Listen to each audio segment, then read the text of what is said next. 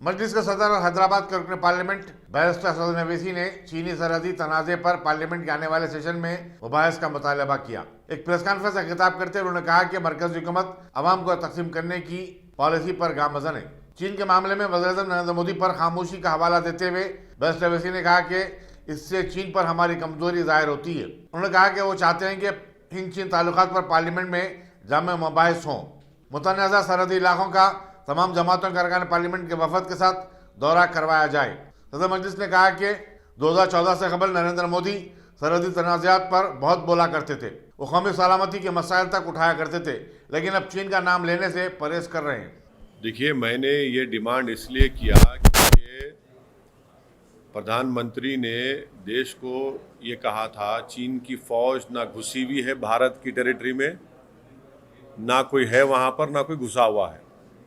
और ये जो प्रधानमंत्री ने देश को जो बात बताई थी ये झूठ साबित हुई, क्योंकि चीन आज भारत के LAC के अंदर बैठा हुआ है, भारत के टेरिटरी में बैठा हुआ है। और इसीलिए चीन डेप्सांग डेमचौक से नहीं हट रहा है, वहाँ उसकी PLA की फ़ौज है। इसीलिए अरुणाचल प्रदेश में भारत की टेरिटरी में चीन कई परमानेंट स्ट्रक्चर्स के गांव बना चुका है। तीसरा, अमेरिका खुद कह रहा है, उनकी रिपोर्ट है कि चीन यहाँ पर ऐसा कर रहा है।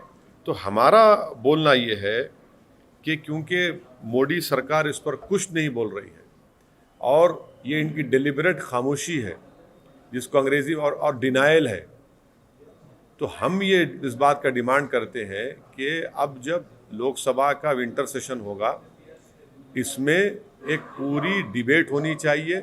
चीन की फ़ौज जो भारत की टेरिटरी में बैठी हुई है, और दूसरी बात यह है कि ऑल पार्टी डेलीगेशन को सरकार उन मुकामात पर लेकर जाए जहां पर चीन की फ़ौज बैठी हुई है। हाँ, हम जाने तैयार हैं, मैं तो जाने तैयार हूँ, लेके जाइए, हमको हम देखना चाह रहे हैं, ताकि हम अपनी सॉवरेनिटी को उसका वहाँ पे उसको बरकरार रख सकें।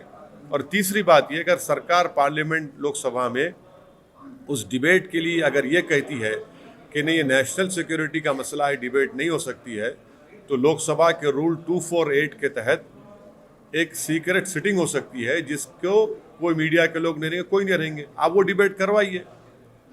और चौथी बात यह है कि 2014 से पहले श्री नरेंद्र मोदी, जो उस वक्त गुजरात के मुख्यमंत्री थे, वो कहते थे कि देश का मसला बॉर्डर पर नहीं है, देश का मसला दिल्ली में है।